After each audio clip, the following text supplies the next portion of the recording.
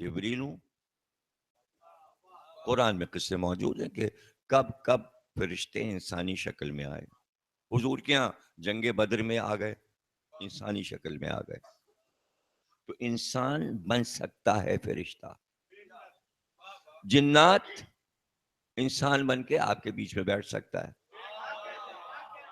لیکن نو الگ ہے. اب پہچان کیا ہے؟ یعنی بشر تو بنا چلا جا رہا ہے، فرشتہ بھی بشر بن رہا ہے، جن بھی بشر بن سکتا ہے. جب بشر کی شکل میں آ گیا تو کوئی فرق ہی نہیں، جیسے آپ ویسے ہی وہ بھی نظر آ رہا ہے، ویسے ہی جن بھی نظر آ رہا ہے، فرشتہ بھی آپ جیسا نظر آ رہا ہے، آپ اس کے جیسے نظر آ رہے ہیں، وہ آپ جیسا نظر آ رہا ہے. لیکن اگر آپ یہ چاہیں کہ وہی فرشتہ جو انسانی شکل میں آیا ہے، تو آپ کہیں تو بڑا اچھا نوجوان ہے، اپنی بیٹی کی شادی اس سے کر دو. لیکن ہے انسان دیکھنے میں، شادی نہیں ہو سکتی. یعنی انسان کی لڑکی کی شادی فرشتے سے نہیں ہو سکتی. جنات مرد بن کے آ جائے، انسان کی بیٹی کی شادی جنات سے نہیں ہو سکتی. اور جنات کی عورت اگر عورت بن کے آئے تو مردوں سے شادی نہیں ہو سکتی.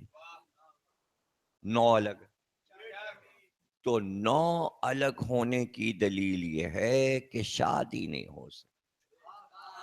چونکہ انسانوں سے جانوروں کی نو الگ ہے، اس لیے بندریا سے آپ کی شادی نہیں ہو سکتی،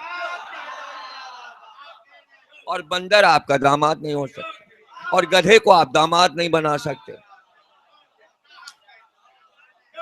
ہے اللہ کی مخلوق، نو الگ الگ ہے. ان کا بھائی یہ تو آپ یار آپ یہ مذاق کر رہے ہیں، ہنسانے والی باتیں کر رہے ہیں، کوئی دلیل ڈھنگ کی دیجئے تو ہم بات سمجھیں.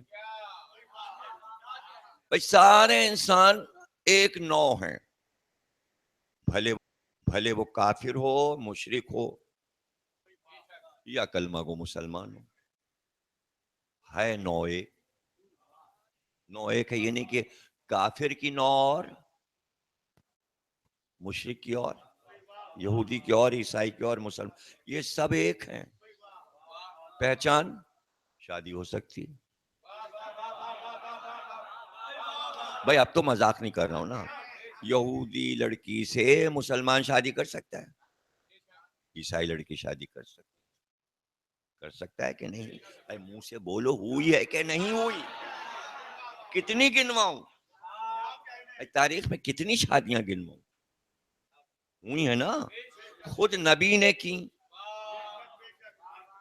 ہوئی نا، ہو گئی شادی. لیکن دلیل شادی کو چھوڑ دیجئے. نو جب الگ ہوگی تو اس کی چیزیں آپ کے کام نہیں آئیں گی، آپ کی چیزیں اس کے کام نہیں آئیں گی. نو الگ ہے. مثلا سائنس نے ترقی کی، اب ڈاکٹروں نے بہت آرام سے ایک کا گردہ نکالا، دوسرے کے لگا دیا،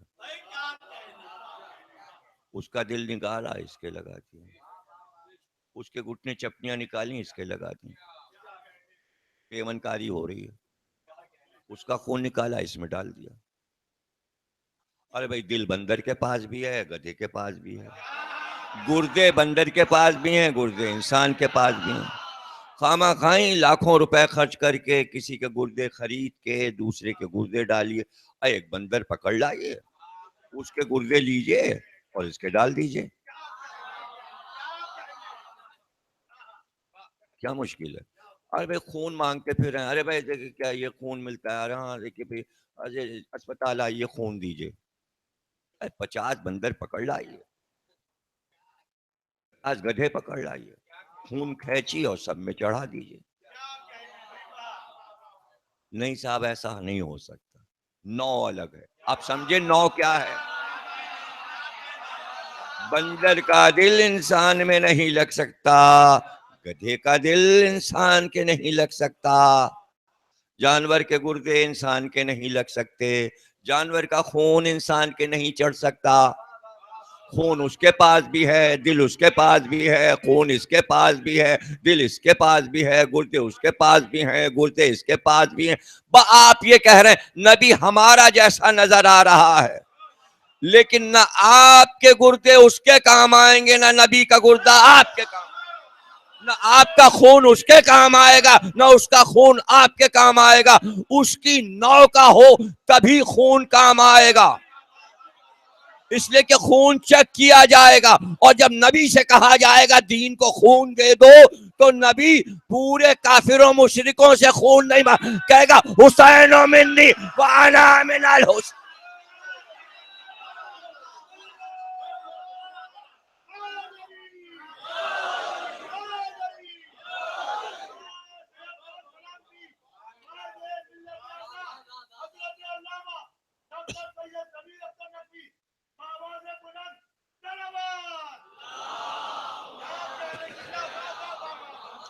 اب دنیا پریشان ہے، دنیا پریشان ہے کہ 72 ہی شہید کیوں، یہ لفظ 72 کیوں؟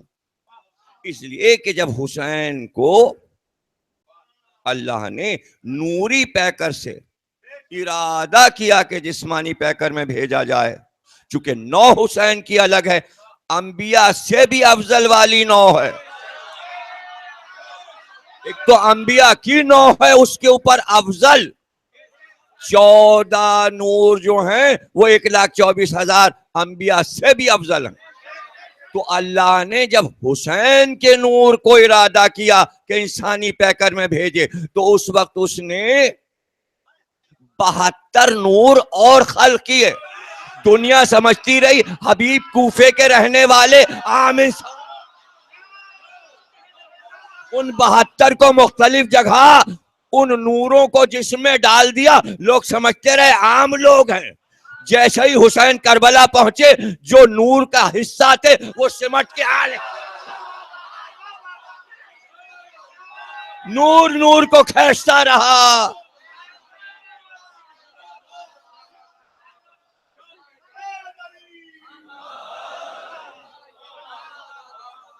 نور نور کو کھینچتا رہا۔ اب راستہ بھی سمجھنا ضروری کہ نور آسمان سے ایسے کر کے ٹارچ کی طرح نہیں پھینکا جائے گا، یعنی تجلیات الہی آپ یہ چاہیں کہ جیسے سورج نکلا اور روشنی پڑی، سورج کی کرنیں ہمارے اوپر پڑ گئیں، تو اگر سورج اور تجلیات الہی برابر ہو جائیں، تجلیات الہی افضل ہے سورج سے، سورج مادہ ہے، تجلیات الہی مادہ نہیں ہے۔ چونکہ آپ مادہ ہیں تو سورج مادہ ہے، سورج دیکھ سکتے ہیں، سورج کی نو اور ہے اور اللہ کے نور کی نو الگ ہے۔ آپ پہلے نور بنے تب وہ نور دیکھ سکتے ہیں، اس لیے 14 نے اس کا نور دیکھا، کسی اور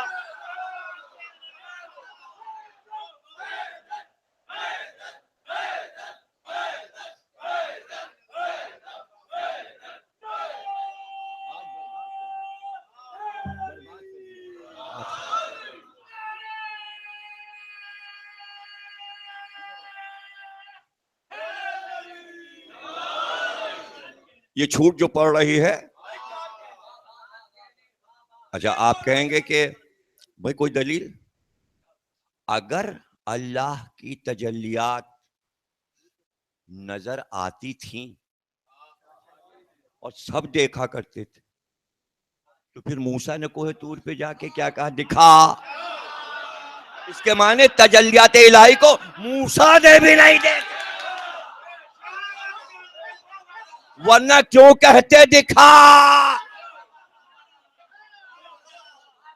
اور یہ 40 آدمی موسیٰ سے تقاضا کیوں کرتے کہ موسیٰ اپنے رب سے کہو کہ دکھائے؟ تو بس ایک بار تجلی دکھا دی گئی، ایک بار دکھا دی گئی کہ اس کے بعد حالانکہ 40 لوگ تھے، موسیٰ کے ساتھ 40 لوگ گئے تھے، اور اللہ نے کہا اچھا ہم کو تو تم نہیں دیکھ سکتے، کچھ سمجھنے کی کوشش کیجئے، اللہ اور ہے، تجلیات اور ہے، سمجھ رہے؟ دونوں الگ چیزیں ہیں، ایک ہے اللہ، ایک ہے اس کی تجلیات ہیں۔ اللہ نے کہا تم ہمیں تو نہیں دیکھ سکتے، اور پھر کیا ہوا؟ تجلی ہوئی، یعنی خود نہیں ظاہر ہوا، خود ظاہر ہو جاتا تو رب ہی نہ رہتا۔ اللہ نے کہا میں تجلی دکھاؤں گا، تو قرآن نے اسے تجلی ہی کہا۔ اب جب کوہ طور پہ تجلی ہو گئی اور موسیٰ نے بھی دیکھ لیا تجلی، اور ان 40 نے بھی دیکھ لیا اور بے ہوش ہو گئے۔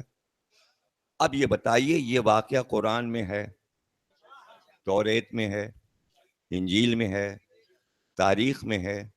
جب یہ واقعہ ہوا تھا اس کے بعد سے موسیٰ کے بعد کتنے نبی آئے؟ ہزاروں نبی آئے، موسیٰ کے بعد ہزاروں نبی آئے۔ پھر یہ واقعہ دہرایا کیوں نہ گیا؟ پھر کسی اور قوم نے اپنے نبی سے کیوں نہ کہا تجلی دکھا؟ یعنی ایک بار جو تجلی ہو گئی تو سب ڈر گئے، پھر کسی قوم نے اپنے نبی سے نہیں کہا کہ اللہ سے کہو تجلی دکھائے۔ سب کو معلوم تھا اگر اب کہا تو ایک واقعہ کافی ہو گیا، اور وہی ایک کافی ہے دلیل کے لیے۔ اور وہاں سے پتہ چلا تجلی کیا ہے۔ اچھا اس کے بعد اب یہ کہ تجلی ہو گئی تو روز ہوتی رہے؟ نہیں، بس ایک بار ہو گئی، اور وہی کافی ہے۔ بندوں کو یاد رہے کہ تجلی دکھائی تھی، اس لیے کہ تجلی تمہاری فرمائش نہیں ہے، تجلی تمہارے لیے نہیں ہے، تجلی تمہارے لیے نہیں ہے کہ بندوں پہ تجلی ہوتی رہے۔ بس 14 بنائے ہیں جن پہ تجلیات ہو رہی ہیں، وہ جانے، اور ان کا کام اور ہمارا کام اور ہم جانے۔ اب وہ تجلیات کیا ہیں؟ تو جو اللہ بندوں میں اپنی صفات تقسیم کر سکتا ہے، وہ بذریعہ تجلی اپنی اصل صفات کو بندوں میں اتار 14 میں اتار دیا، 14 میں اتار دیا۔ اب ان کے پاس بذریعہ تجلی آ رہا ہے، آپ میں صفات تجلی سے نہیں بانٹی، آپ کے مادے میں رکھ دی۔ پیدا ہوا اور وہ صفت موجود۔ اس کی مثل کیسے دیتے ہیں دنیا میں؟ مچھلی کے بچے کو تیرنا کون سکھاتا ہے؟ مطلب صفت رکھ دی، بچہ پیدا ہوا مچھلی کا اور تیرنے لگا۔ یہ مثال انسانوں کو دیتے ہیں۔ تو اب انسان جب پیدا ہوا تو اب کوئی ٹریننگ نہیں ہوگی ماں کی کہ بچے کو کیسے چاہے، نہ جانور کی ہوگی ٹریننگ نہ انسان کی۔ جانور کے یہاں بچہ ہو تو ماں ویسے ہی بچے پہ فدا، اور انسان کے یہاں بچہ ہو تو ماں فدا، یعنی فطرت میں رحمیت رکھ دی اپنی صفت۔ تو جب اتنی رکھ سکتا ہے فطرت میں انسانوں میں، تو ان 14 کے لیے کیا کیا ہوگا اپنی صفات دینے میں؟ تو ایسی تجلی ڈالی ہوگی؟ نہیں، تجلی نہیں ڈالی، یہی 14 تو تجلیات الہی، یہ 14 تجلیاں ہیں، یہ 14 تجلیاں۔ اور اگر یہ 14 تجلی میں سے ایک تجلی موسیٰ کو دکھا دی جاتی تو آپ سمجھیے کہ سب ختم ہو جاتا۔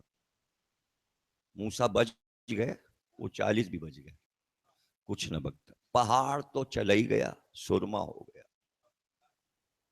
تجلی کا آخری حصہ دکھایا گیا، آخری حصہ۔ پیغمبر سے پوچھا گیا وہ تجلی کیا تھی اللہ کی؟ کہا وہ علی کے چاہنے والوں کا نور تھا۔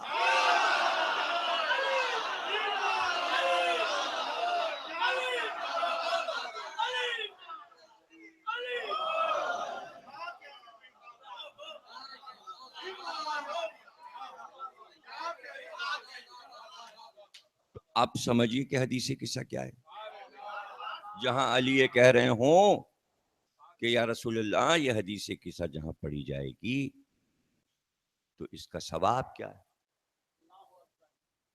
تو رسول اللہ نے فرمایا یا علی جہاں یہ پڑھی جائے گی اور جتنے لوگ بیٹھ کے سنیں گے، جو بیٹھے سن رہے ہوں گے، وہاں فرشتے اتریں گے اور ان کو گھیر لیں گے.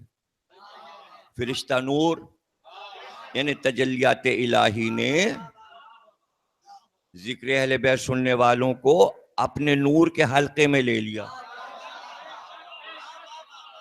تو اس کے جواب میں علی نے کیا کہا؟ یا رسول اللہ اگر ایسا ہوگا کا ذکر جو کرے گا تو نور انہیں گھیر لے گا، تو پھر ہم بھی کامیاب، ہمارے شیعہ بھی کامیاب. یعنی کامیابی یہ ہے کہ تجلی کے چھوٹ میں آپ کا حصہ ہو، آپ کا حصہ ہو. اس لیے امام نے فرمایا کہ تم ہم سے جو محبت کرتے ہو پوری دنیا پڑی ہے، دنیا چاہتی تو ہم سے محبت کرنے لگتی، اور تم ایسے فدا ہو، تمہارا گھر، تمہارے بچے، تمہاری عورتیں سب فدا ہیں ہم پہ. پتہ ہے کیوں؟ اس لیے کہ ہمارے نور کی فاضل طینت، یعنی جو نور کا پیکر ہم 14 کا بنا اس میں سے کچھ فاضل مادہ اللہ نے تراش کے الگ کیا، اس سے تمہیں بنا دیا. تو ہم یہاں تھوڑی بنے ہیں، ہم تو وہاں بنے ہیں.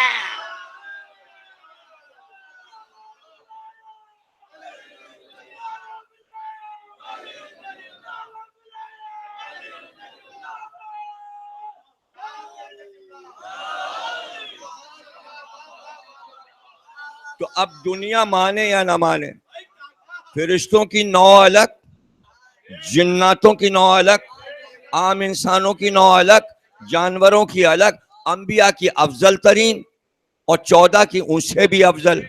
اسی میں ایک نو ہماری بھی ہے. ہم عام انسانوں میں سے نہیں ہیں، نہ ہم جناتوں میں سے ہیں، نہ ہم فرشتوں میں سے ہیں، نہ ہم انبیاء میں سے ہیں. ہماری نو الگ ہے، وہ نو وہاں منائی گئی. اب جب وہاں بنا دی گئی تو یہاں اعلان کیسے ہوتا، تعارف کیسے ہوتا؟ ہم آسمان سے اتریں گے کیسے؟ بنے تو ہم وہاں، تو یہاں کیسے آئیں گے؟ یہاں کیسے آئیں گے؟ تو پیغمبر نے جناب سیدہ سے کہا اللہ ایک قوم پیدا کرے گا. یعنی اب تک جتنی قومیں پیدا ہو چکی اس کے علاوہ ایک اور قوم ہے جس کی نو الگ ہے.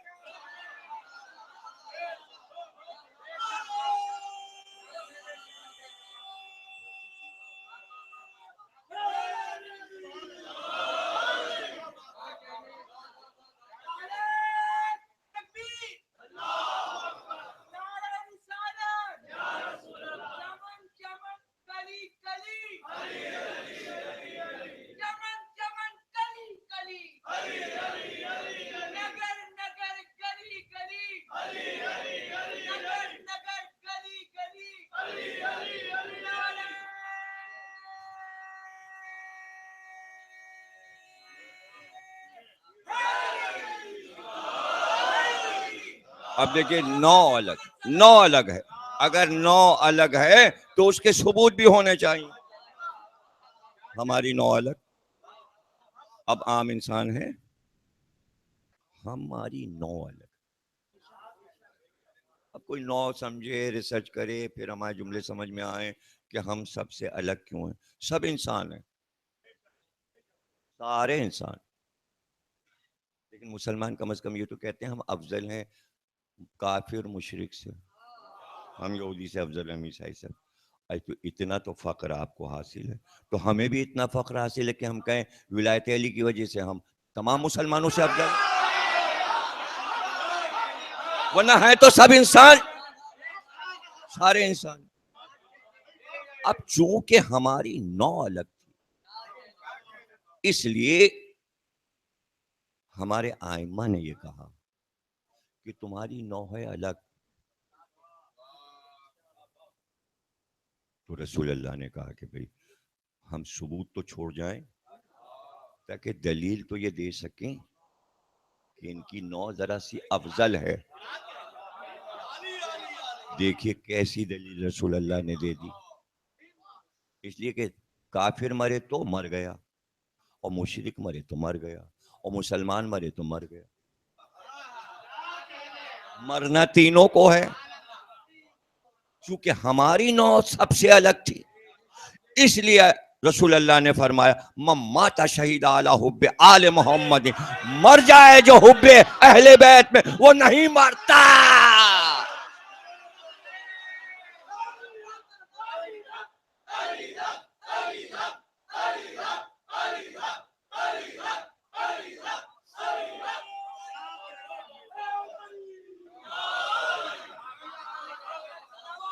نو الگ ہو گئی.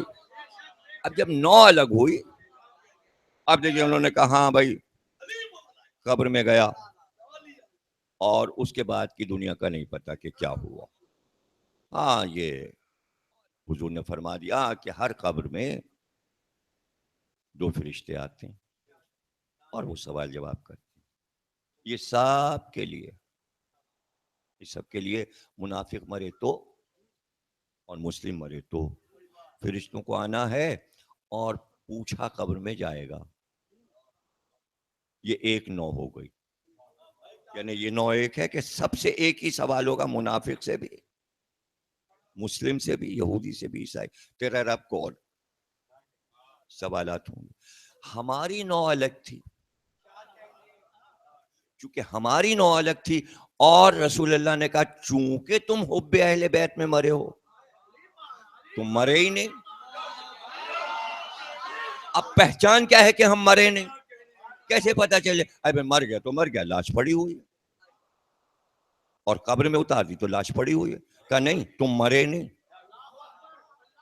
اس لیے کہ مرنے کی پہچان یہ کہ مردے سے کوئی بات نہیں کرتا. اس لیے تلقین رکھ دی کہ شانہ ہلا کے سن اور سمجھ، سن اور سمجھ. یعنی ابھی یہ سمجھ رہا ہے، اور پھر کہنا شروع کیا پہلا امام علی ہے تیرا، دوسرا امام حسن ہے، اور تیسرا، اور تیرے 14 معصوم ہیں. سن لے سمجھ لے، سن لے سمجھ لے. ابھی جا کے یہ 14 تجھے نظر آئیں گے. ہر ایک کو نظر نہیں آتے 14، اس لیے کہ ہماری نو الگ ہے. اس لیے یاد کرائے ابھی ملاقات.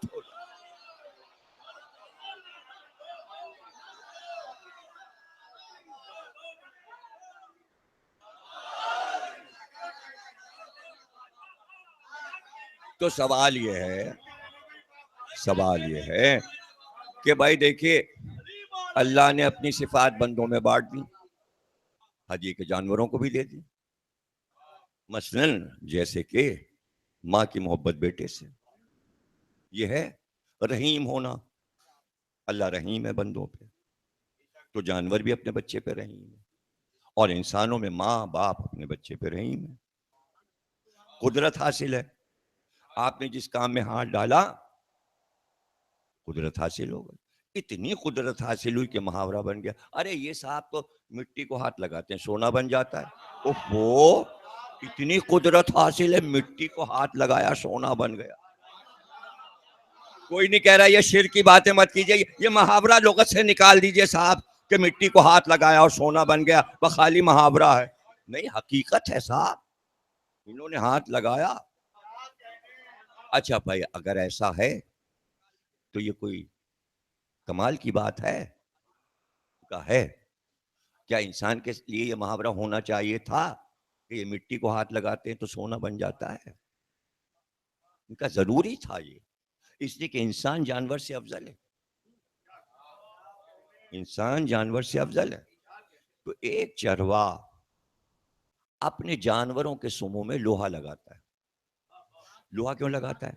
اس لیے کہ وہ پہاڑوں پہ اپنے جانوروں کو لے جاتا ہے چرانے. اس لیے کہ چرواہے کو یہ معلوم ہے کہ پہاڑوں میں پتھر ہیں، پتھروں میں بھی پتھر سے افضل ہوتا ہے. سنگ موسیٰ اور ہے، سنگ مرمر اور ہے، ماربل اور ہے، عام پتھر اور ہے. پتھر پہ پتھر افضل، پتھر پہ پتھر افضل، درخت پہ درخت افضل، جانوروں پہ جانور افضل، انسانوں پہ انسان افضل. سب برابر نہیں ہیں، نہ سارے پتھر برابر، نہ سارے درخت برابر، نہ سارے پھل برابر، نہ ساری سبزیاں برابر، نہ سارے جانور برابر، نہ سارے انسان برابر. برابر تو نہیں ہے نا. عہدہ بڑھتا ہے نا. کیا کھیرا اور آم برابر ہے فضیلت میں؟ سمجھا دیجئے نا یار. اور کھجور بھائی اتنی افضل کہ روزہ اس سے کھولا جائے. تو کھیرے سے کھول لیجئے روزہ. کیوں؟ کسی اور کیلے سے کھول لیجئے. ایک کیلا کھایا اور روزہ کھل گیا. کیسی باتیں کر رہے ہیں ضمیر رکھتے یار آپ؟ کیسی باتیں؟ ثواب ہے کھجور سے کھولنا. شیعہ سنی سب کھجور سے، کیلا سے کھول لو، کیلے سے کھول، امرود سے کھول، کدو سے کھول لیجئے. ارے کیسی باتیں کر رہے ہیں آپ یار؟ روزہ تو کھلے گا کھجور سے، اس لیے کہ افضل ہے. افضل کیوں ہے؟ حضور نے افضل قرار دیا کھجور کو. پتہ چلا کھجور سارے پھلوں سے افضل، اس لیے روزہ اس سے افطار ہو. تو اب پھلوں کی فضیلت معلوم ہوئی. تو پتھروں کی بھی فضیلت ہے نا، یا نہیں ہے؟ یہ جو پتھر ہوتا ہے یہاں کراچی میں پہاڑ سے کٹ کے آتا ہے، آپ بھی یہ پتھر کاٹ کے لائیے اور کہیں حیدرآباد روڈ پہ ایک زمین خرید لیجئے اور تراش کے تاج محل کا نقشہ کھڑا کر دیجئے. عام پتھر جس دیواروں میں لگتا ہے، زمین میں لگتا ہے. نہیں صاحب، اس تاج محل کی برابری نہیں ہو سکتی. اس سنگ مرمر سے بنا، پتہ چلا کوئی افضل پتھر ہے جس سے بنا ہے. اور سنگ سرخ اس سے بھی افضل ہے، اور فلانا سنگ اس سے بھی افضل ہے. پتہ چلا پتھر پہ پتھر پہ. اب سب سے افضل پتھر کون سا ہے؟ وہ چرواہے کو معلوم ہے، اسے کہتے ہیں پارس پتھر. وہ پہاڑیوں پہ کہیں چھپا ہوا پتھروں ہی میں ہوتا ہے. جیسے کان میں سونا چھپا ہوتا ہے اور کوئلے میں ہیرا چھپا ہوتا ہے، ایسے ہی کہیں پتھروں میں ایک پتھر ہے کہ جس سے لوہا جیسے ہی ٹکرایا سونا بن گیا. تو اب چروا اپنے جانوروں کے پیچھے پیچھے چلتا ہے اور دوڑاتا ہے بھیڑوں کو، بکریوں کو پہاڑیوں پہ، تاکہ اس کے سم کا لوہا جب پارس سے ٹکرائے گا تو چنگاری نکلے گی، وہ فوراً سمجھ جائے گا سونا بن گیا. اب جو دیکھا تو سونا بن گیا. تو آدمی کو کہ ارے صاحب یہ تو پارس ہیں، پارس محاورہ نہیں ہے کہ یہ پارس ہیں، یہ سونا ان کو چھو لیجئے سونا بن گیا. پارس پتھر لوہے کو چھوئے سونا بن جاتا ہے. کتنا افضل پتھر ہے، لوہے کو سونا بنا دیتا ہے. ایسا بھی ایک پتھر ہے. تو چیزیں ایک دوسرے سے افضل ہیں. فضیلت ہر چیز میں رائج ہے، سمجھ رہے نا؟ تو اس فضیلت پر گفتگو ہوگی نا. تو یہ فضیلتیں اللہ نے کس بات پہ دے دی؟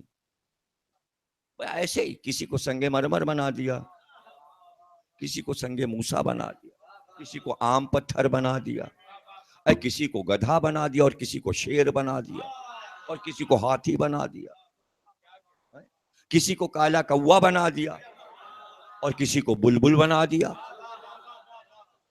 کسی کو مور بنا دیا، کسی کو ہدہد بنا دیا.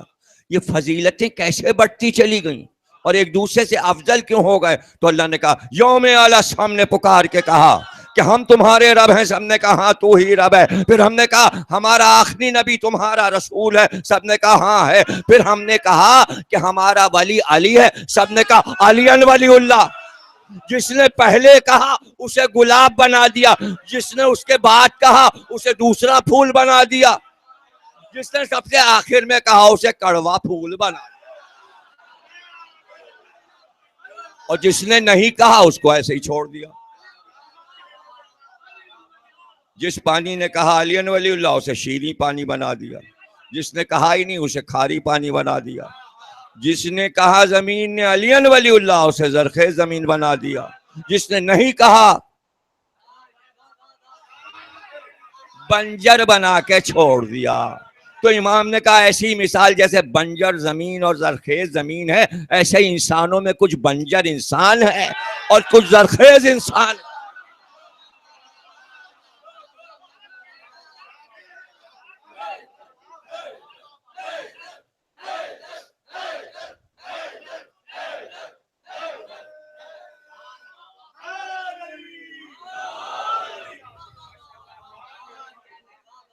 یہ فضیلت انبیاء میں بھی اللہ نے اسی طرح تقسیم کی. تھے سب برابر نبی، سب معصوم. انبیاء کی 9 ایک تھی، سب معصوم، سب بے خطا ہوں گے، کسی سے خطا نہیں ہوگی، لیکن ایک دوسرے سے افضل ہوں گے. اور اس میں بھی 1,00,000 میں 5 افضل ہوں گے، اور 5 میں ایک سب سے افضل ہوگا. اور ابراہیم سب کے باپ ہوں گے، شیخ الانبیاء. ابراہیم کا رتبہ سرکار کے فوراً بعد انبیاء میں افضل ترین. کیوں؟ اس لیے کہ اب انبیاء کو ایک دوسرے سے افضل کیسے بنائے؟ تو پھر انبیاء پہ بھی کلمہ علی ولی اللہ اتارا. جس نے سب سے پہلے کہا وہ حضرت ابراہیم خلیل اللہ تھے، ان کو ابراہیم خلیل اللہ بنا دیا. ان کے بعد جس نے کہا اس کو حضرت موسیٰ بنا دیا. ان کے بعد جس نے کہا اسے حضرت عیسیٰ بنا دیا. اب جیسے جیسے نیچے کہتے گئے فضیلتیں بنتی گئیں، فضیلتیں بنتی گئیں، فضیلتیں بنتی گئیں. تو اب یہاں پر یہ تو طے ہے جناب کہ جب تمام انبیاء کی روحوں نے پکارا ہوگا کہ ہاں تو ہی رب ہے، اور تمام انبیاء نے پکارا ہوگا محمد تیرے رسول ہیں، تو سرکار کی روح نے سب سے پہلے کہا ہوگا علی ولی اللہ کا وہی نمونہ دکھا دو، وہی نمونہ دعوت ذوالعشیرہ میں دکھا دو. میری مدد کون کرے گا؟ علی نے کہا میں، کہا تو ہی میرا ولی ہے.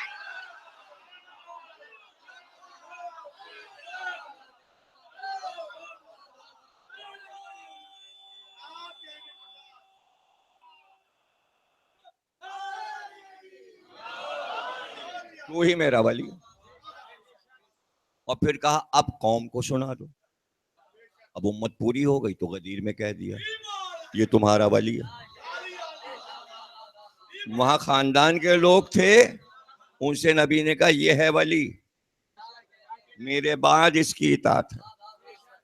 خاندان والوں سے دعوت ذوالعشیرہ میں اہل خانہ سے کہا میرے بعد ولی. جب امت بن گئی تو غدیر میں کہا میرے بعد یہ ہے تمہارا ولی. الست بربکم محشر میں بھی کہا گیا تھا، زبردستی نہیں تھی کون مانے کون نہ مانے. اللہ نے کہا جو مانے گا وہ مانے گا، جو نہیں مانے گا نہیں. کوئی زبردستی تلوار کے زور پہ نہیں کہلوایا جائے گا، تمہارے نفسوں پہ چھوڑ دیا. تو غدیر کے بعد بھی امت کو نفسوں پہ چھوڑ دیا. کوئی تلوار سے نہیں کہلوایا جائے گا، بالجبر نہیں علی کہلوائیں گے کہ مجھے اللہ کا ولی مان. یہ ہے محبت کا سودا. محبت سے جو کہہ دے، چونکہ ولایت میں محبت تھی اس لیے اللہ نے کہا اپنی مرضی سے کہو. اس لیے آج تک وہ دن اور آج کا دن کوئی دوسرے سے نہیں کہتا مانو. آپ اپنے دوست سے نہیں کہہ سکتے، اس کی مرضی چھوڑ دیجئے اسے. کیوں؟ اس لیے کہ جب تک وہ نہیں کہہ رہا آپ اس سے افضل ہیں. اب یا اپنی فضیلت منوا لو یا پوری دنیا سے پڑھوا لو.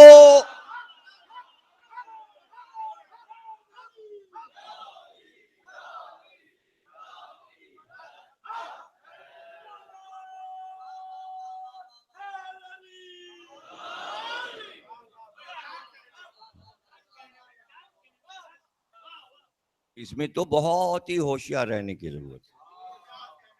جو لوگ بڑی تبلیغ کر رہے ہوتے ہیں،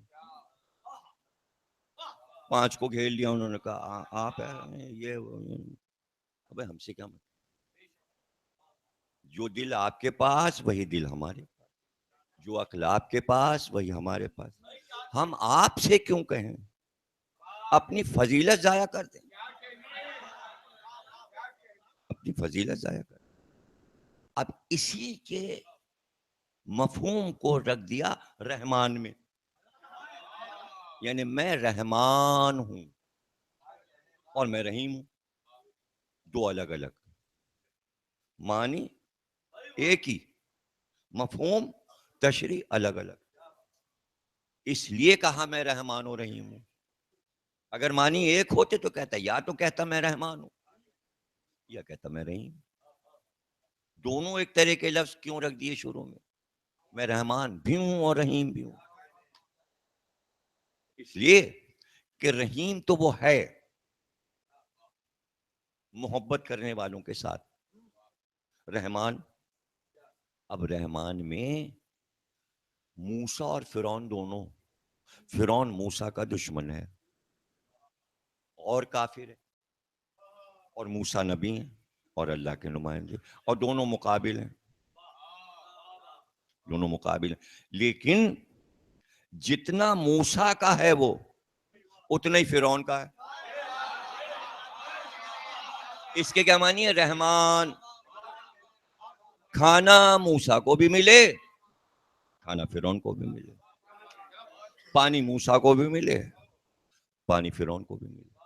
یہ نہیں ہوگا کہ موسیٰ ہمارے ہیں اور فرعون کا کھانا بند کر دیا جائے. اختیار میں ہے، کھانا جاری رہے گا.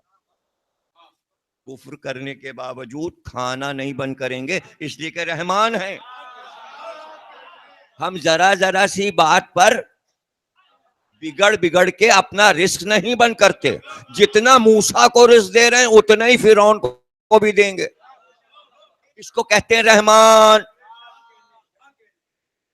یہ جو آج کل پریشانی نا جس کا جواب آپ کو نہیں ملتا کہ اتنا مہربان یورپ اور امریکہ پہ کیوں ہے، یہ تو مسلمان کے دشمن ہے سب. یہ اسرائیل یہودی مسلمانوں کا دشمن ہے، اور اللہ ہے کہ دولت دیے جا رہا ہے اسرائیل کو. ارے بھائی جتنا مسلمانوں تمہیں دے رہے ہیں اتنا ہی اسرائیل کو بھی دیں گے، اس لیے کہ ہم رحمان ہیں.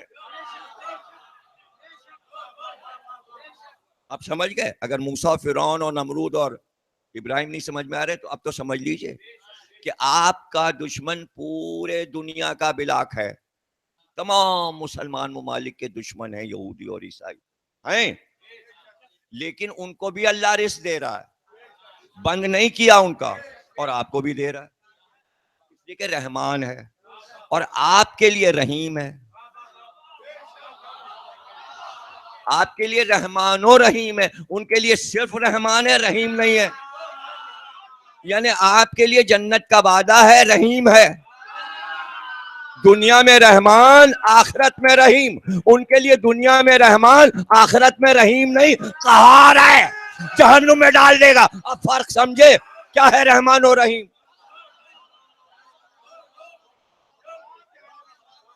سمجھ گئے نا؟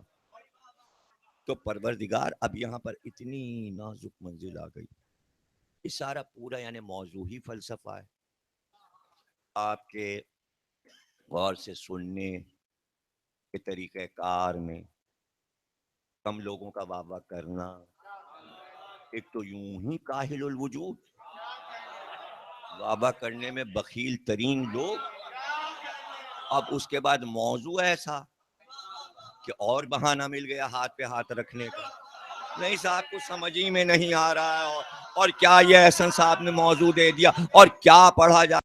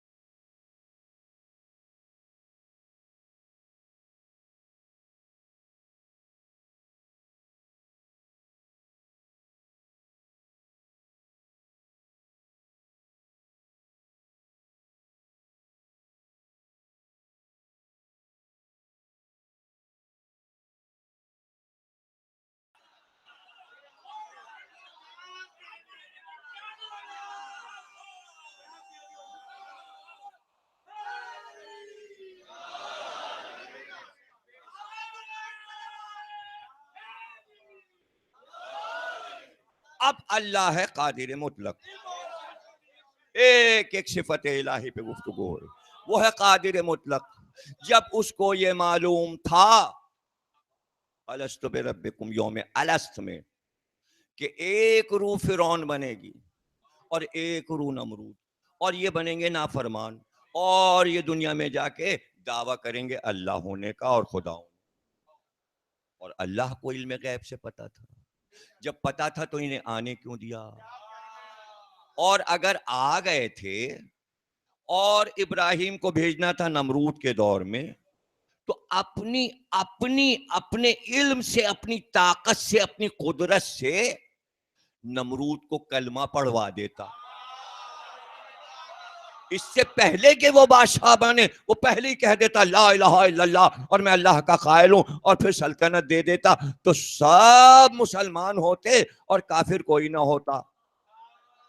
حالانکہ قدرت تھی کہ نمرود کو کلمہ پڑھوا لے، اس کے پاس قدرت تھی کہ فرعون کو کلمہ پڑھوا، کیوں نہ پڑھوایا؟ تو جواب کیا ہے ذرا مجھے سمجھائیے، اللہ کہے گا کیا جب آپ یہ کہیں گے کلمہ پڑھوا لیتا، تیرے پاس قدرت تھی، جیسے ابراہیم تھے اللہ والے ویسے ہی نمرود کو بنا دیتا، جیسے موسیٰ تھے ویسے ہی فرعون کو فرعون بنایا، ان کو موسیٰ بنایا، نمرود کو نمرود بنایا، ان کو ابراہیم بنایا. تو اللہ کیا جواب دے گا؟ کہ نمرود کو اب جملے تو وہی جانے گا جو دو چار آگے کے ہیں. مجبوری تو یہ بھی تو آ جاتی ہے، محنت ہو جانے کے باوجود اگر چار ہی سمجھے تو فائدہ کیا ہے؟ جب اتنی محنت کی جائے تمہید کر کے اور پھر بھی لوگ گردن ہلا کے رہ جائیں تو بڑا افسوس ہوتا ہے کہ ارے گردن ہی کیوں ہلائی بابا، زحمت کیوں دی گردن کو؟ ارے بوجھ کیوں اتار رہے ہیں آپ؟ بوجھ کو رہنے دیجئے، گردن ہلائیں گے بوجھ گر جائے گا. تو سمجھنے کی کوشش کریں، اگر اللہ سے کہا جائے کہ نمرود کو کلمہ کیوں نہ پڑھوا دیا اور فرعون کو کلمہ کیوں نہ پڑھوا دیا، تو اللہ جواب دے گا کیوں؟ نمرود کو کلمہ پڑھوا کے موسیٰ کی فضیلت گھٹا دی اور فرعون کو کلمہ پڑھوا کے موسیٰ کی فضیلت گھٹا دے. اب جیسے جیسے اس کا کفر بڑھے گا موسیٰ بڑھتے جائیں گے، جیسے جیسے نمرود کا کفر بڑھے گا ابراہیم نکھرتے جائیں گے، جیسے جیسے یزیدیت بڑھے گی حسین.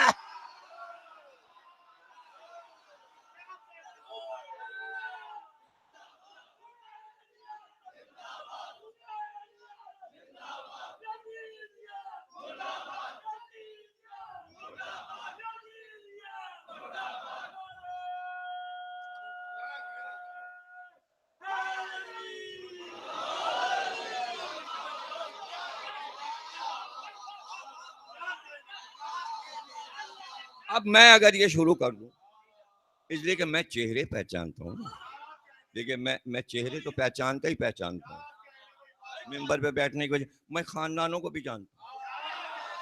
ارے میں 50 سال سے بیٹھا ہوں ممبر پہ، میں نسلیں بھی جانتا ہوں، شجرے بھی جانتا ہوں، محلے بھی جانتا ہوں، مکان بھی جانتا ہوں، اور میں ان کے بزرگوں کے مزاج بھی جانتا ہوں کہ کس کا مزاج کون لیے بیٹھا ہے. تو جب میں اتنی باتیں جانتا ہوں کہ اتنی فضیلتیں کن لوگوں میں ہیں، تو میں آپ کو چھوڑ کے کچھ اور لوگوں سے کہوں یار ولایت علی پہ آ جائیے اور ولایت علی مانیے، تو میں آپ کا حق چھین کر ان کو دے دوں اور آپ کی فضیلت گھٹا دوں. اس لیے میں تبلیغ نہیں کر.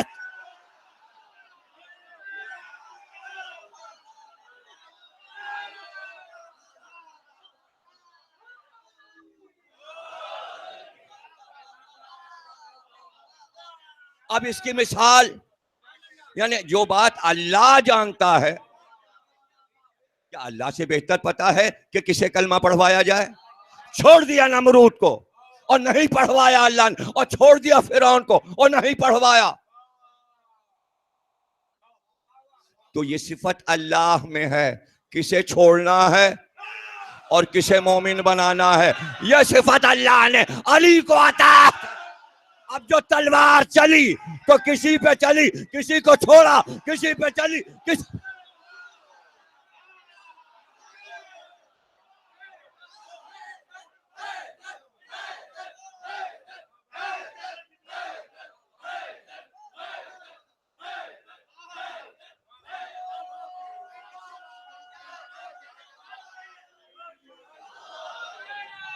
اب یہ صفت 14 کے پاس ہوگی. اب 14 کے پاس صفت ہے, علی کے پاس ہے, مالک اشتر کے پاس نہیں ہے.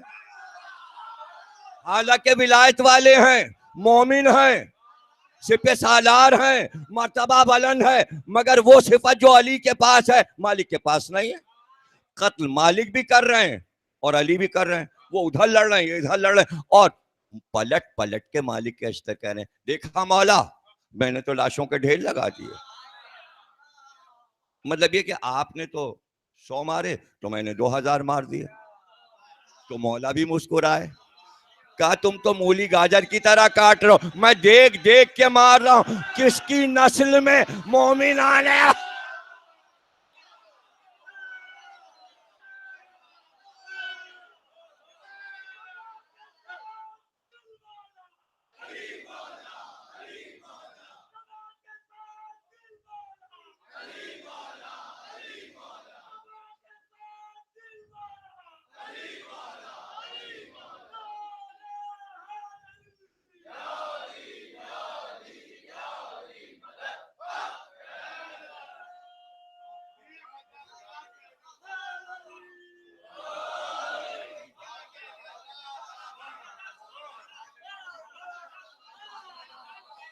لیکن یہ صفت کربلا میں سب کو ملی ہوئی تھی. یہ صفت علی اکبر کے پاس بھی, یہ صفت عباس کے پاس, یہ صفت اون و محمد کے پاس بھی. کسے چھوڑنا ہے کسے مارنا ہے پتہ چلا 33ویں پشت میں, 40ویں پشت میں کوئی آنے والا ہے جو نسلوں کو دیکھے, جس کی نگاہیں نسلوں سے گزر رہی ہوں. اب اس کا نام اس زمانے میں تو کچھ تھا ہی نہیں, اس لیے کوئی اس بات کو سمجھ ہی نہیں سکتا. یہ تو جناب یہ صدی جو تھی یہ سمجھا گئی جب ریسرچ ہو کے آیا ڈی این اے کیا ہے, جینز کیا ہے. اور انہوں نے کہا بھائی کہ ہماری سب سے بڑی فتح اس صدی کی یہ ہے, ہم نے ڈی این اے دریافت کر لیا. بھائی ڈی این اے کیا ہے؟ اور کہا ڈی این اے انسان کے اندر جینس میں ایک ایسا نقطہ ہوتا ہے, اسے ہم نکال لیتے اور نکال کے اسے ہم دوربین سے اتنا بڑا کر دیتے, پھر اس میں ہم پورا انسان دیکھ لیتے ہیں. اور انسان تو انسان, ہمیں تمام پشتیں اس میں نظر آ جاتی ہیں, کتنی نسلیں جانی ہیں. اور پھر ان نسلوں کے جو جینس اس کے اندر اسے پھاڑ پھاڑ کے کیا کیا خاصیت ہے, اسے کیا کیا بیماری ہوگی, اس کی عمر کتنی ہوگی, اس کا قد و قامت کتنا ہوگا, جینس کے اندر بتا رہے ہیں. یعنی اس جین سے, اس ڈی این اے سے جو بچہ پیدا ہوگا اسے کیا بیماریاں ہوں گی, اس کا قد کتنا ہوگا, اس کا رنگ کیسا ہوگا. نجومی بن گئے ڈاکٹر, نجومی بن گئے, یعنی نسلوں کو پہچان رہے ہیں کہ آگے کیا ہونے والا ہے. ارے تم نے دیکھ لیا جینس میں اور علی نے نہیں دیکھا. پھر سن لو جملہ دہرا رہا ہوں کہ ڈاکٹروں میں جینس کی دریافت اپنی صفت اللہ نے بندوں میں رکھ دی, تو علی کو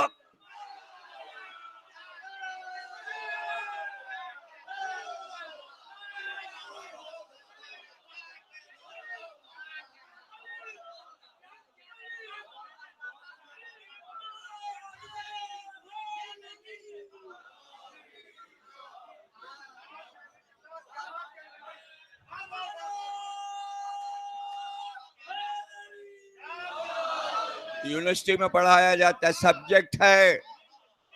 میں نے جینس پہ ایک تقریر کی کوئی آج سے 10 برس پہلے, ایک اسکالر آئے کہنے لگے ایم اے میں ہمارے ہاں جو پڑھایا جا رہا ہے وہ آج آپ نے مجلس میں پڑھ. تو یہ تھوڑی پتا ہوتا ہے کہ مجلس میں کتنی بڑی کلاسیں پڑھا دی گئیں. پہلی کلاس والا سمجھ رہا ہے میں پڑھ رہا ہوں, کے جی والا سمجھ رہا ہے میں پڑھ رہا ہوں, یہی تو مجلس کا معجزہ ہے. پی ایچ ڈی والا سمجھ رہا ہے. تو اب دیکھیے کمال, جو ناممکن ہے اگر آج سے 50 برس پہلے کہتے شرک ہے, تو شرک کی بات ہے. کیا اب چونکہ میں نے جینس پورا پڑھا، جب پہلی بار آؤٹ ہوا معاملہ تو میں نے اسی وقت پڑھ لیا. جیسے ہی 2000 شروع ہوا انہوں نے آؤٹ کر دیا کہ اس صدی کا کارنامہ جو ہم 100 سال سے کام کر رہے تھے آؤٹ. انہوں نے آؤٹ کیا، ہم نے جلدی سے پڑھ لیا. اب جب بھی مجلس میں ذکر آتا ہے آرام سے ہم پڑھ لیتے ہیں، اس لیے کہ ہم نے 16 سال پہلے یہ سبجیکٹ، اس کا مذہب سے تعلق نہیں ہے لیکن ہم نے پڑھ لیا. اب وہ مذہب میں کام آ جاتا ہے. اب ہم نے جو تفصیل پڑھی وہ سن لیجئے، ورنہ ایک تقریر پوری جینس پہ ہو جائے گی اور ڈی این اے پہ ہو جائے گی. انہوں نے کہا کہ ہمیں اس سے فائدہ یہ پہنچا کہ اس آدمی کے ہاں جو بچہ پیدا ہوگا ہم پہلے ہی پتہ لگا لیں گے کہ اسے کیا کیا بیماریاں ہونے والی ہیں. آیا اسے کینسر ہوگا خدا نہ کرے، ٹی بی ہوگی، کون سا مہلک مرض ہو جائے گا، کیا ہو جائے گا. تو ہم ڈی این اے میں ہی ایسی دوا دے دیں گے کہ جو مرض اسے ہونے والا ہے بڑے ہو کے وہ وہیں مر جائے گا. اور ڈی این اے میں اگر ہمیں یہ پتہ چل گیا یہ بچہ چھوٹے قد کا رہ جائے گا تو ہم ایسی دوا دے دیں گے کہ جب وہ پیدا ہو تو قد اس کا آپ سے آپ بڑا ہو جائے، چھوٹا نہ رہ جائے. اور اگر وہ کالا پیدا ہونے والا ہے اور ماں باپ کی خواہش ہے بچہ گورا ہو تو ہم ایسا انجیکشن دے دیں گے جینس کے اندر کہ بچہ ان کے خواہش کے مطابق گورا پیدا ہو جائے، بھلے وہ کالے ہوں. ارے تم تو خدا بن گئے، پیدائش سے پہلے تم صفات بانٹ رہے ہو. تو اگر تم بانٹ رہے ہو تو اللہ کے لیے نہ کہا جائے اس نے پہلے بانٹ. تو تم اپنے اللہ کو کہاں سمجھے جب تک یہ مانو گے نہیں کہ صفات اس نے پہلے بانٹی ہیں، تب جا کے مانو کہ اب ڈاکٹر بانٹ. اور جب ڈاکٹر کے قائل ہو جاؤ تو پھر یہ مان لینا کہ چاہتا معصومین بانٹ چکے ہیں.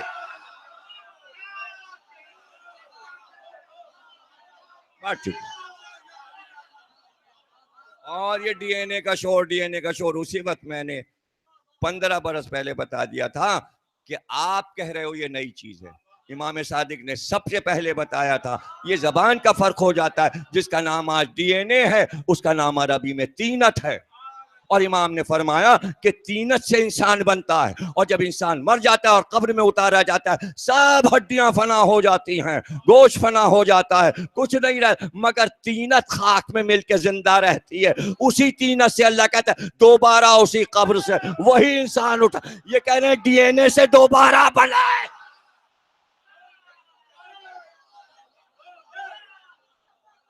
کیا کیا باتیں آپ کو بتائیں اور کیا کیا آ چکا اور کیا کیا چھپ چکا. ان کا ہمیں وہ چادر مل گئی حضرت عیسیٰ کی، جب ان کے اوپر حملہ ہوا اور ان کو مارا گیا تو خون جو تھا ان کی چادر پہ گرا.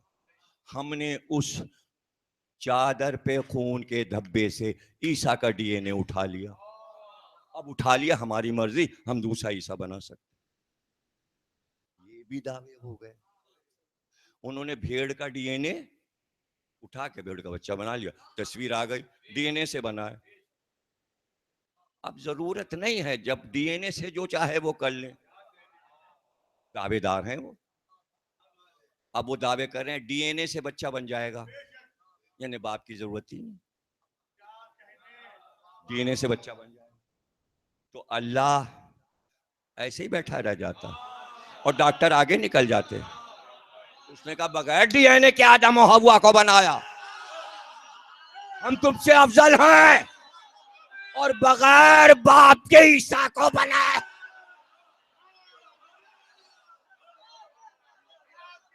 ہو گئی بات ہو گئی نا. تو اللہ یہ صفت بندوں کو دے گا، نہیں دیا. اب جا کے ڈاکٹروں نے دعویٰ کر دیا ہم میں یہ صفت ہے. وہ کہہ رہے ہیں ہم میں ہے، ہم کہہ رہے ہیں اللہ نے دیا. تو اللہ نے اتنی دیر میں کیوں دیا ڈاکٹروں کو یہ صفت جو خود اس کے پاس تھی، کہ وہ ڈی این اے سے انسان بنا رہا تھا، ذرے سے انسان بنا رہا تھا، مٹی سے بنا رہا تھا. ڈاکٹروں نے کہا ہمیں آتا ہے بنانا. نہیں بھائی، صفت پہلے دے چکا. صفت پہلے دے چکا. راہب نے کہا نبی سے بیٹا نہیں ہے. حسین نے کہا ہوگا. یہی تو ڈی این اے ہے.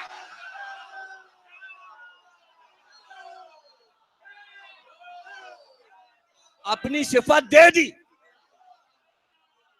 اب یہ اس کی مرضی ہے کسی کو دے دے. بھائی ضروری تو نہیں ہے نا کہ بھائی آپ کو سمجھانے کے لیے کتنی محنت کرنی پڑتی ہے. بھائی ایک مریم کو بیٹا دے دیا, اب ضروری ہزاروں کو دے بھی نہیں سمجھے. اب مریم کے بعد کسی عورت کو, بس ایک مثال ہے, کیا تیرے خزانے قدرت میں کمی ہو گئی؟ اور بیویوں کو بھی دے دیتا بغیر شوہر. نہیں, ایک مثال کہ یہ کر سکتے ہیں, تو اب ضروری نہیں ہے کہ سب کو دے دے, کہ زبان سے کہیں اور 7 بیٹے ہو جائے. بس دے دیا حسین کو, ایک مثال. نہیں سمجھ میں آئی بات؟ سمجھانے کے لیے کہ ہم اپنی صفات کیسے تقسیم کرتے ہیں. کون سی صفت ہے اللہ کی؟ اللہ کہتا ہے کن اور وہ ہو جاتا ہے. تو یہ والی صفت بھی تو 14 معصومین کو دے گا, یہ کہیں اور ہو جائے. علی نے کہا مردے سے اٹھ جا, وہ اٹھ گئے.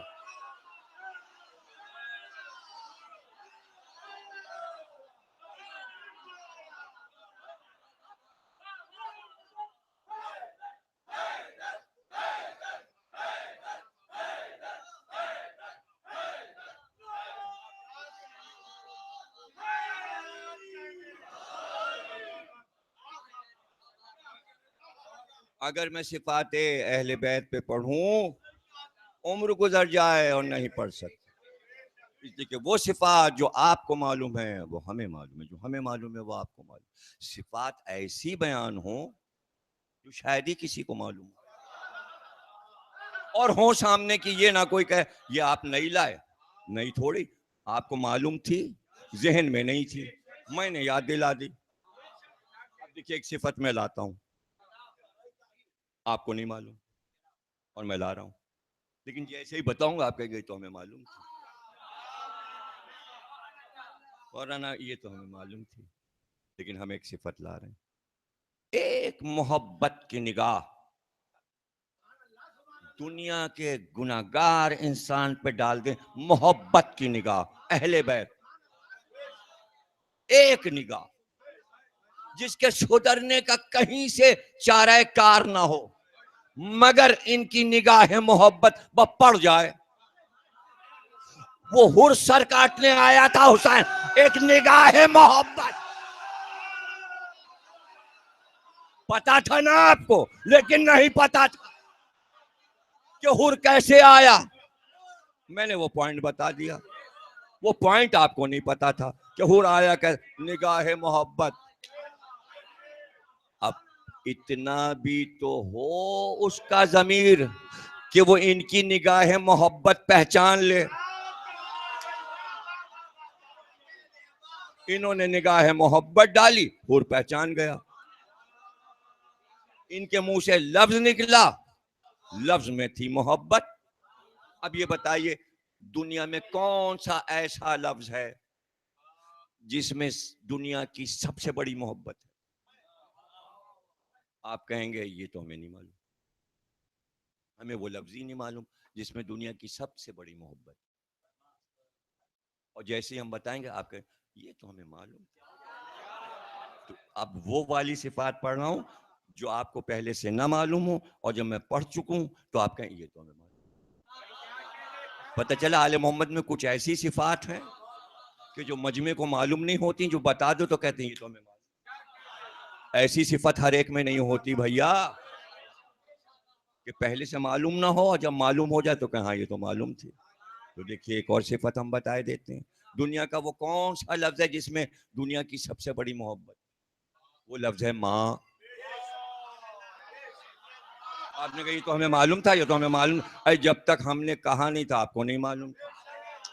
ورنہ اگر ہم پوچھ رہے تھے سب سے بڑا لفظ کون ہے جس میں ساری دنیا کی محبت بھری ہوئی، تو آپ کیوں نہیں بولے؟ آپ کا نہ بولنا ہے بتا رہا کہ پتا تھا یاد نہیں، ایسے ہی کچھ ہوگا نا. تو دنیا کا سب سے بڑا لفظ کون سا ہے جس میں پوری دنیا کی محبت بھری ہے؟ ماں. اگر یہی لفظ آپ کی زبان سے ادا ہو، فوراً محبت ظاہر. ادھر آپ نے ماں کا نام لیا، آپ کا دل جھومنے لگا، موجود ہوں یا مرحومہ ہوں، ایک کیف طاری ہو جاتا ہے. تصور ماں آیا اور انسان خوش ہو گیا، ماں، مسکراہٹ آ گئی، ماں. یعنی اس لفظ میں اتنی محبت ہے کہ انسانوں نے جن جن چیزوں سے محبت پیدا کرانی چاہی اس میں لفظ ماں رکھ دیا. اب بچے کا پڑھنے میں دل نہیں لگ رہا، ان کا مادری زبان، بچے کو محبت، مادری زبان، ماں کا لفظ آ گیا. بھئی یہ تو ہماری اپنی زبان ہے، ماں کی زبان ہے، یہ تو آنی چاہیے. اب ملک سے محبت نہیں، مادر وطن.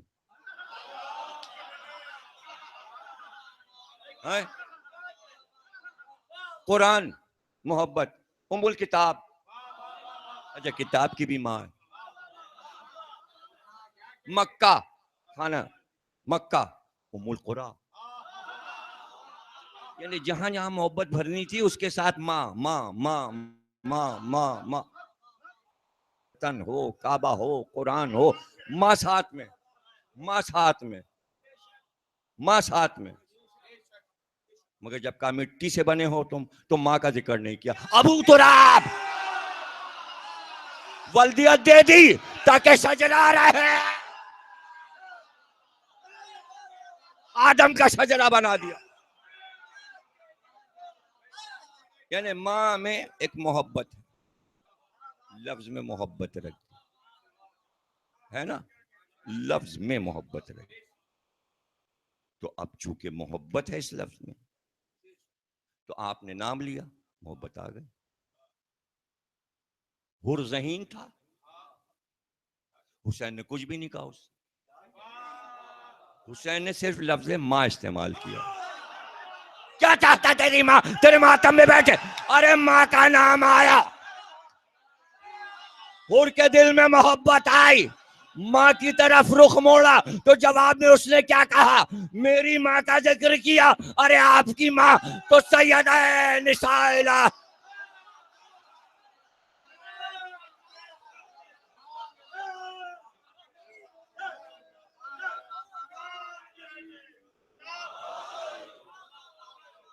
ماں،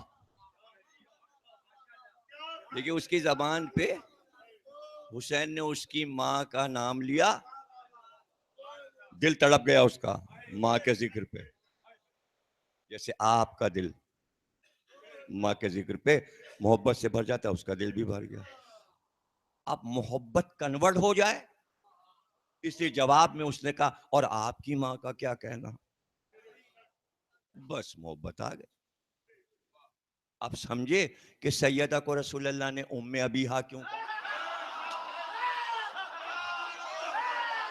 امت میں محبت بانٹنے کے لیے کہا کہ اگر مجھ سے محبت ہے تو میری ماں سے بھی محبت.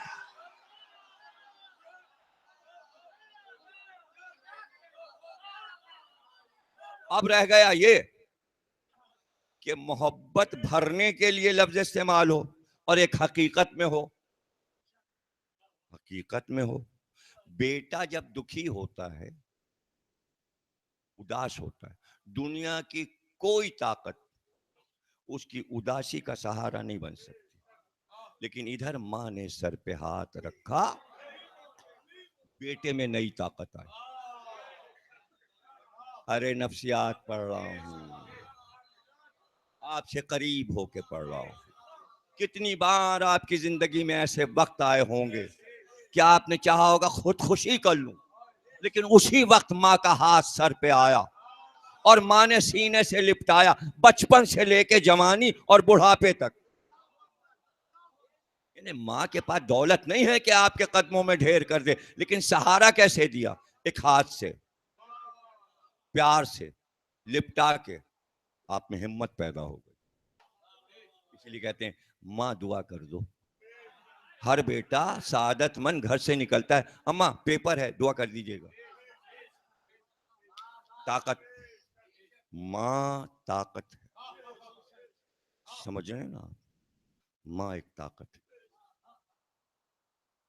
تو ماں بیٹے کو اداس دیکھ کر دنیا کی دولتیں نہیں دے سکتی, شفقت تو دے سکتی ہے. وہی شفقت اس وقت اسے چاہیے. اور اگر کسی کی ماں مر گئی ہو اور ایسی مصیبت آئی ہو اور وہ چاروں طرف شفقت کے لیے دیکھ رہا اور شفقت نہ ہو تو وہ کتنا مظلوم اور بےکس ہے. اور ایسی مصیبت تو دنیا میں شاید ہی کسی انسان پہ آئی ہو کہ اللہ کی عبادت خانہ کعبہ میں سجدہ کر رہے ہیں پیغمبر, سجدے میں. ابو جہل نے کہا اونٹ کی اوجڑی گندی لاؤ اور ان کی پشت پہ رکھ دو, اور وہ گندگی اوجڑی رکھ دی لا کے پیغمبر کی پشت پہ. کتنی بڑی مصیبت. 1,24,000 انبیاء سے افضل اللہ کے سجدے میں, اور اتنی بڑی آفت مصیبت, اور چاروں طرف کہہ لگا رہے ہیں اور ہنس رہے ہیں اور پیغمبر کا مذاق اڑا رہے ہیں. کیا منظر ہے. 7 سال کی بیٹی پردہ الٹ کے اور دوڑتی ہوئی چلی, اور جیسے ہی سب نے دیکھا کہ پیغمبر کی بیٹی دوڑتی ہوئی آ رہی ہے, ابو جہل نے کہا بھاگو خدیجہ کی بیٹی آ رہی ہے, بھاگو ملکۃ العرب کی بیٹی. مجمع منتشر ہوا. یہ ہے جلال سیدہ, جلال خدیجہ. ابھی کافر عربوں کہ یہ خدیجہ کی بیٹی ہے, ہٹو ہٹو خدیجہ کی بیٹی آ, بھاگے سب. اور 7 سال کی بیٹی گئی, بابا کو ہاتھوں سے جھاڑنا شروع کیا, اٹھایا, ہاتھ پکڑا, ہاتھ پکڑ کے چلی, آنسو بہتے جا رہے, لے کے گھر میں آئیں, بٹھایا, 7 سال کی بچی نے بٹھایا, پانی لائیں, بابا سر جھکائی. پیغمبر نے سر جھکایا, پانی ڈالا, سر دھوتی جا رہی, جسم صاف کر رہی, روتی جا رہی. یہ ہاتھ سیدہ کا کیا ہے, یہ ہاتھ سیدہ کا کیا ہے, سر دھو رہی, روتی. پیغمبر نے نگاہ اٹھائی, بیٹی کو روتے دیکھا. پورا عمل پیغمبر نے دیکھا بیٹی نے کیا کیا. جو ماں ہوتی تو جو بیٹے کے ساتھ کرتی وہ عمل سیدہ نے اس وقت کیا. اس وقت پیغمبر نے کہا ارے تو بیٹی تھوڑی ہے, تو تو ام ابیہ, تو تو اپنے باپ کی ماں ہے. اب یہ پنجاب کے جاہل مولویوں کو نہیں معلوم کہ کب کہا ہے. جب اس نے بیٹی نے ماں کا رول ادا کیا ہے تب کہا ارے تو اس طرح شفقت کر رہی ہے بیٹی, مجھے تجھ پہ شفقت کرنا تھی, تو نے مجھ پہ کی, تو تو اپنے باپ کی ماں ہے. ان جاہلوں نے وہاں پرچہ کٹوا دیا ناصر مرحوم کا. یہ توہین رسول ہے. ارے یہ عظمت رسول ہے, یہ حدیث سنیوں نے لکھی ہے, اس وقت کی ہے جب کافر دشمن تھے اور ایک زہرا تنہا.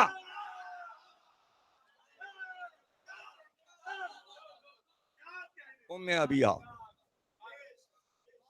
نام رکھتے ہیں لوگ, فقریہ آج نام رکھ, بچیوں کا نام ام ابیہ, پکارتے ہیں پیار سے ابیہ. سب سمجھا کے, ساری باتیں سمجھا کے کہا, مستند چیز آخر میں لائے. جب سمجھا لیا قرآن کی ماں, سمجھا لیا. اب جو حالانکہ سمجھ میں نہ آئے, قرآن کی ماں ام الکتاب, کعبے کی ماں ام القرآ,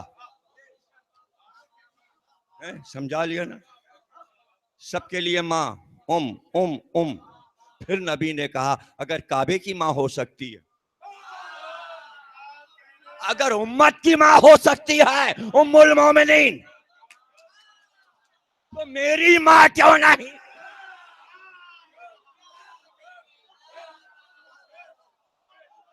امت کی ماں بھی سگی تو نہیں ہے نا، بنائی ہوئی ہے نا.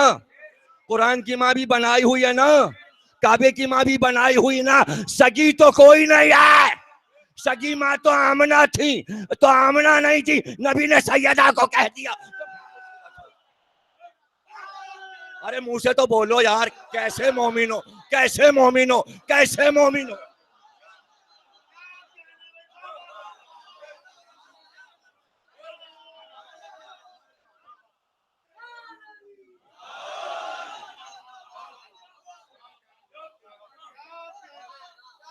ام ابیہ.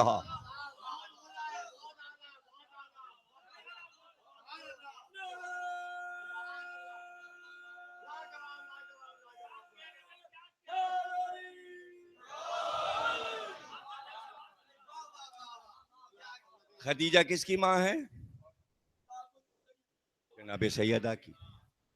اور فاطمہ بنت اسد کس کی ماں ہے؟ علی کی. اور خطاب کیا ہے دونوں کا؟ ام الائمہ. یعنی فاطمہ بنت اسد 12 اماموں کی ماں ہے. ام الائمہ خطاب، خطاب اور ہے. ام المومنین بھی خطاب ہے.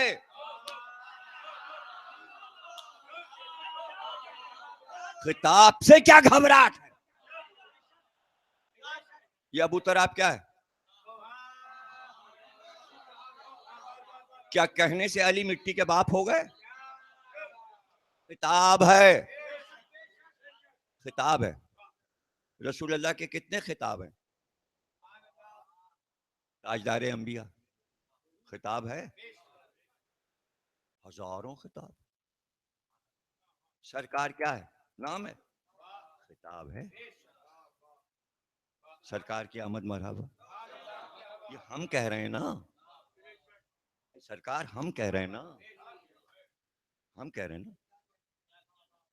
یہ تو یہاں کا ہندوستان کا لفظ ہے نا سرکار. عرب میں کس نے سرکار کہا تھا؟ اور آج آ کے پوچھو کیا سعودی کہتے ہیں سرکار؟ تو اردو کا لفظ ہے سرکار دو عالم. پتہ چلا محبت میں خطابات دیے جاتے ہیں. نبی نے اگر علی کو ابو تراب کہا تو فاطمہ کو ام ابیہ کہا. اور صرف ام ابیہ نہیں کہا، ام العلوم. اگر وہ شہر علم کا دروازہ ہے علی، تو زہرا ام العلوم.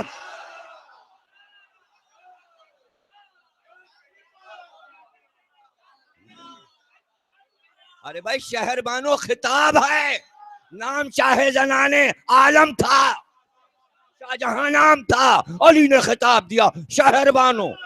تو خطاب کیوں دیا جاتا ہے؟ اس لیے علی نے خطاب دیا شہر بانو. حسین کی زوجہ سیدہ سجاد کی ماں. خطاب کیوں دیا؟ نبی نے کہا میں شہر علم ہوں، علی اس کا دروازہ ہے. تو شہر میں کوئی بانو مالکہ بھی تو.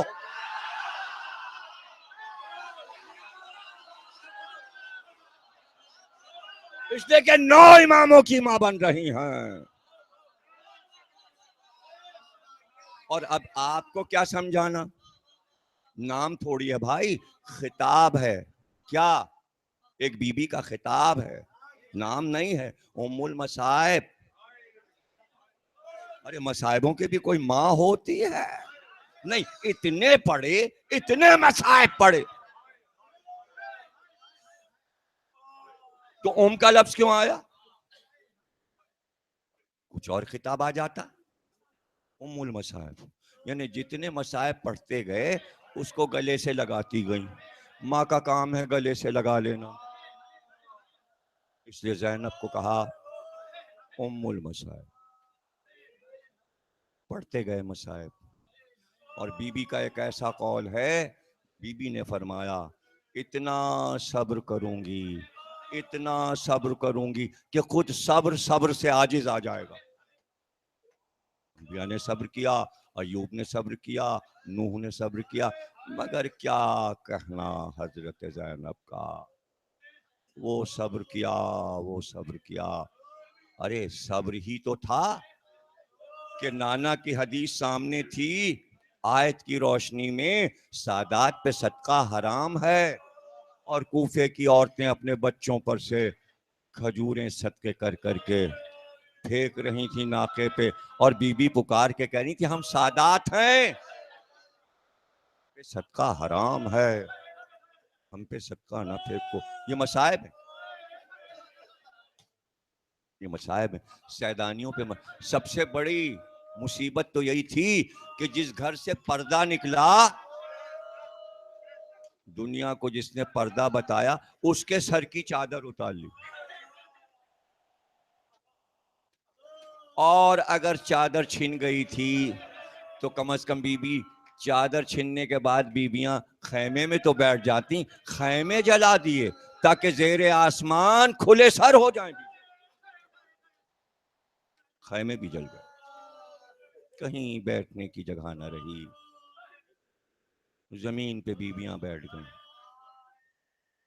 اب مصیبتیں، اور ان مصیبتوں میں یہ کہنا بیویوں سے، ام لیلہ علی اکبر مار ڈالے،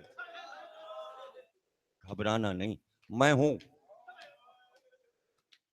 سکینہ گھبرانا نہیں، عباس مار ڈالے گئے، میں ہوں۔ یعنی اب شام غریبہ میں زینب علی اکبر بھی بن گئیں، عباس بھی بن گئیں، حسین بھی بن گئیں، اور تلوار کا ایک ٹکڑا لے کر، ٹوٹی ہوئی تلوار تلایا پھر رہی، حفاظت فرما رہی، یعنی بیویوں کے دل کو ڈھارس دے رہے۔ پورا گھر مارا گیا ہے، گود کے پالے مارے گئے، مگر ہمت حضرت زینب دیکھیے، دل میں نانا کی یاد، باپ کی یاد، ماں کی یاد،